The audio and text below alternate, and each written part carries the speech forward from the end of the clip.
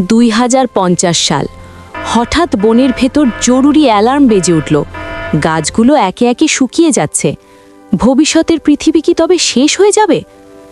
ভবিষ্যতের পৃথিবীতে থাকে ছোট্ট ছেলে দিন আর তার সবচেয়ে প্রিয় বন্ধু সাইবার বাঘ রিও। অ্যালার্ম শুনে দিন ছুটে গেল বনের দিকে। গিয়ে দেখে গাছের পাতা শুকিয়ে মাটিতে পড়ছে। সবুজ বন ধীরে ধীরে ধূসর হয়ে যাচ্ছে। দিনের চোখে পানি চলে এলো। ঠিক তখনই রিও গর্জে উঠল। তার আর্মার থেকে একটি ড্রোন আকাশে উড়ে গেল। ড্রোনটি মেঘের ভেতর বিশেষ কেমিক্যাল ছড়িয়ে দিল। কিছুক্ষণের মধ্যেই আকাশ কালো হয়ে এলো আর শুরু হলো ঝুম বৃষ্টি। বৃষ্টির ফোঁটায় গাছগুলো আবার প্রাণ ফিরে পেল।